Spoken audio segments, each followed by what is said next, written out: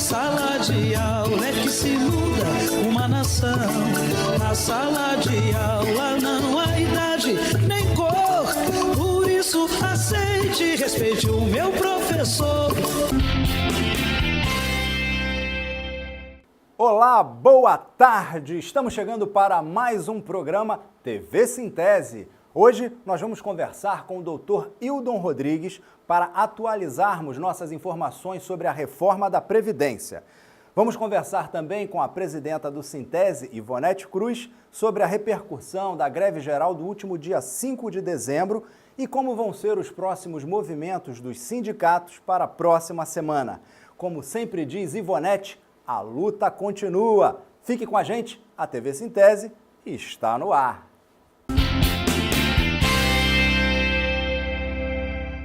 E mais uma vez, as centrais sindicais, os movimentos sociais, a Frente Brasil Popular aqui de Sergipe construíram uma grande greve. Desde a meia-noite que a tropa estava preparada na Central Única dos Trabalhadores, desde a meia-noite que saímos e fomos para a porta das garagens e passamos mais uma madrugada de militância e passamos mais uma madrugada de resistência para que as garagens de ônibus não saíssem os ônibus. E abro um parêntese aqui, Roberto, para parabenizar o Sintese pela escolha do local, pela data que escolheu esse ato e por ter convidado. Não quis fazer o movimento sozinho, mostrou inteligência, sabe que a saída dos servidores de Sergipe não vai se dar isoladamente com o Sintese, com o Sintrase, com o Sindifisco. A saída para os servidores do Estado é exatamente a unidade para derrotar Jackson Barreto. E esse momento hoje aqui, ele é importante e tem que ser celebrado.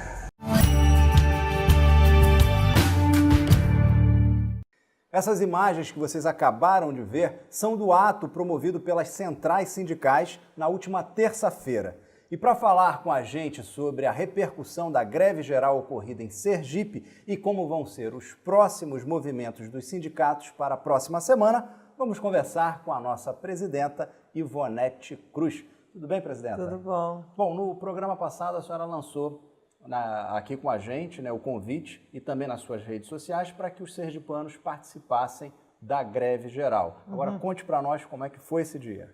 Mais um dia muito importante.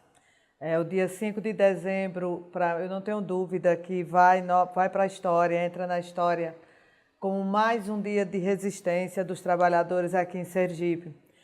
Estava dentro da pauta do Congresso Nacional a votação da reforma da Previdência para o dia 6, para quarta-feira. E as centrais sindicais haviam chamado nacionalmente uma greve geral.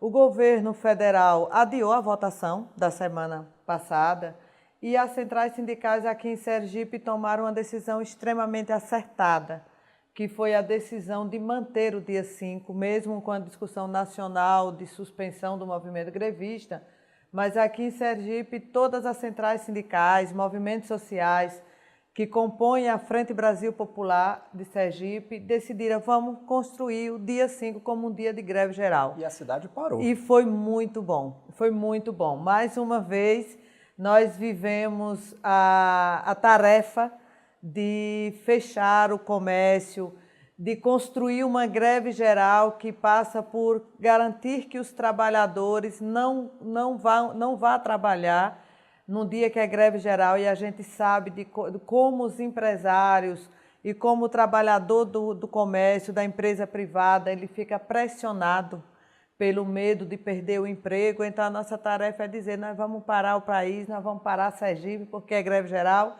E como é que a gente faz isso? Acampando na porta das empresas de ônibus para que os ônibus não saiam. Nós temos três empresas de ônibus aqui em Aracaju, a Progresso, já tem um grupo lá.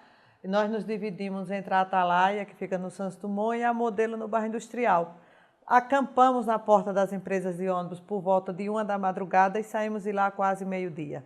E mais uma vez, sem sombra de dúvidas, os sergipanos entenderam, é preciso barrar essa reforma que acaba com a aposentadoria e construímos sim um grande dia de luta e de resistência e encerramos com um ato na porta do Palácio dos Despachos que, ao meu ver, marca um momento histórico também muito importante.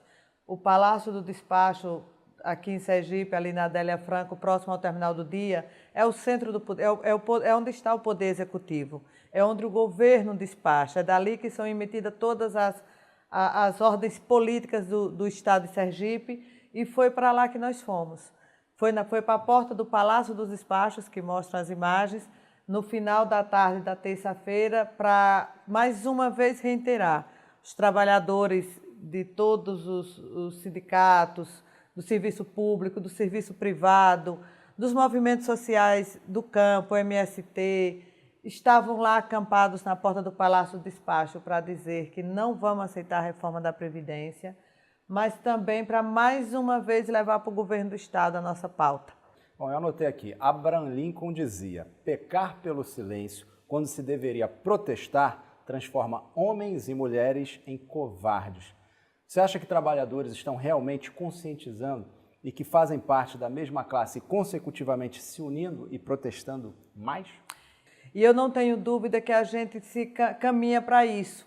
O que nós vivemos na sexta-feira, na última terça-feira à tarde, foi um nítido exemplo disso. Era a classe trabalhadora que estava lá. Não era uma categoria e outra categoria.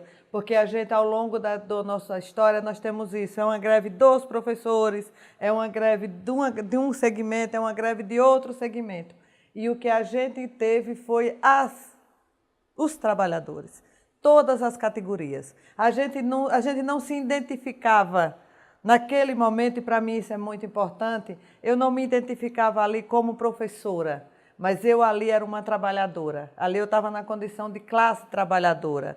Nós estávamos ali como classe trabalhadora. Eu acredito que sim, que tudo que nós estamos vivendo na história do país e todo esse ataque que nós estamos vivendo está criando no povo brasileiro um sentimento de classe trabalhadora e da necessidade de que, mesmo havendo divergências políticas dentro das centrais sindicais, dos movimentos sociais, mas que nós temos algo que é único e que nos une muito e que nos fortalece. É a luta pela garantia dos nossos direitos. Não podemos abrir mão de lutar para que a gente não perca o que a gente conquistou com tanta luta. Então, essa unidade, ela aparece a cada dia, ela se fortalece a cada dia.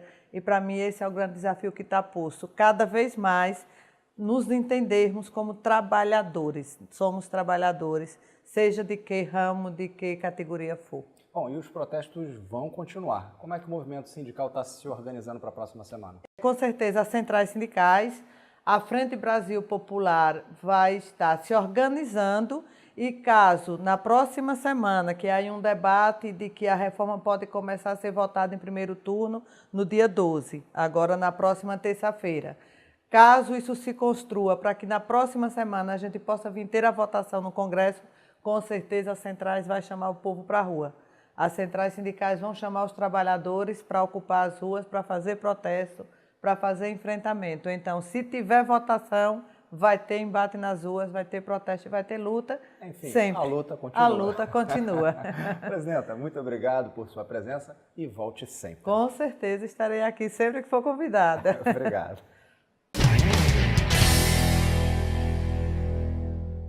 Muito bem, eu disse no início que o programa de hoje estava repleto de assuntos interessantes. Como sempre, né, pessoal? Agora, nós vamos bater um papo com o doutor Hildon Rodrigues, advogado do Sintese.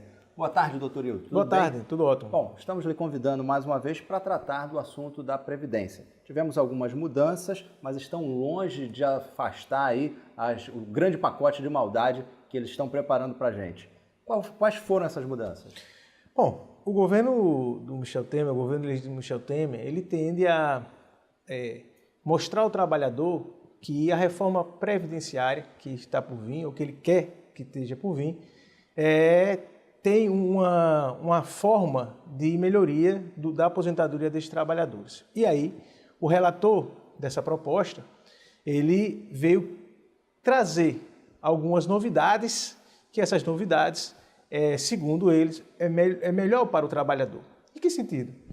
Ele diminui o tempo de aposentadoria que foi criado na primeira proposta pelo governo federal, ele atribui um tempo mínimo de aposentadoria de 25 anos. Então, todos os trabalhadores teriam que trabalhar 25 anos, seja lá da iniciativa privada ou iniciativa pública, certo? O servidor público ou da iniciativa privada, para se aposentar com 25 anos. Porém, o que é que ele diz agora? Bom, para o setor público, ele continua com os 25 anos, até porque, para o governo federal, o governo legítimo do Michel Temer, quem está causando e quem causa o grande prejuízo para a Previdência do Brasil são os servidores públicos, em tese, em relação à aposentadoria, ao benefício da previdenciário, vinculado ao regime próprio de previdência. Já o regime privado de previdência, que é vinculado ao INSS, também, segundo o governo, é o grande causador de um déficit enorme na Previdência. Porém, o que é que ele fez? Servidor público, você permanecerá com 25 anos de contribuição no mínimo para se aposentar. E para os trabalhadores da iniciativa privada, que é a grande maioria de trabalhadores, ele diminuiu de 25 e permaneceu aquilo que é hoje, o mínimo de 15 anos de contribuição. Então, um dos primeiros pontos para alterar e eles terem aí uma condição de votação foi diminuir o tempo de contribuição. A outra situação que ele mudou, e é essa proposta que está para ser lançada com o Congresso, é a idade da aposentadoria. O governo federal trouxe como primeira apresentação 65 anos de idade para todos os trabalhadores, indiferente de sexo. Homem ou mulher, 65 anos. Servidor público ou da iniciativa privada. Tá? E o que é que ele traz agora? Ele traz uma novidade. Para ele, uma novidade. Ele diminui o tempo, a idade desse trabalhador e cria também uma regra de transição. Para quê? Para que os trabalhadores se enxerguem que eles poderão, a partir de 2018, se aposentarem, aqueles que estejam dentro dessa regra de transição, e os 65 anos de idade, né, aquilo que ele queria que estivesse para o homem, e aí ele fez uma diferença, na verdade, também, né? A mulher se aposentaria, ou se aposentará com 62 anos de idade, e o homem com 65 anos de idade. Então, ele saiu de uma perspectiva de todos terem a mesma idade, de 65, e fez uma divisão. Porém, para chegar a essa divisão, também foi cobrado uma regra de transição. Com a perspectiva atual, com essa reformulação, né, que não deixa de ser maldosa, essa reformulação, ele diz o seguinte, o trabalhador da iniciativa privada, que é ligado ao INSS, ele poderá se aposentar com 15 anos de contribuição, diferente do servidor público, que não pode se aposentar com 15. O mínimo do servidor público são 25 anos de contribuição. Mas o da iniciativa privada, que é ligado ao INSS, que vai se aposentar, o mínimo de contribuição que ele tem é 15. E ele irá se aposentar com qual valor? Ele irá se aposentar com 60% da média aritmética que for feito o cálculo com esses 15 anos de contribuição. Já o da iniciativa pública, né, aquele trabalhador que é vinculado ao serviço público, ele precisa de, no mínimo, 25 anos de contribuição. E para ele se aposentar, ele se aposentará com 70% dessa média aritmética. Então, ainda assim, continua o servidor público sendo a ovelha negra do problema da Previdência no Brasil, somente do déficit da Previdência do Brasil, somente o déficit público. Bom, pessoal, então a gente vai ficando por aqui. Eu agradeço o doutor Hildo pela presença. Venha mais vezes, esse é um assunto muito importante e empolgante. Tá? Então venha mais para falar sobre esse grande pacote de maldade que o governo está preparando aí para a gente. Muito obrigado. Obrigado também. Bom, pessoal, e a gente vai ficando por aqui, mas no próximo sábado a gente volta, se Deus quiser, e Ele há de querer. Tchau!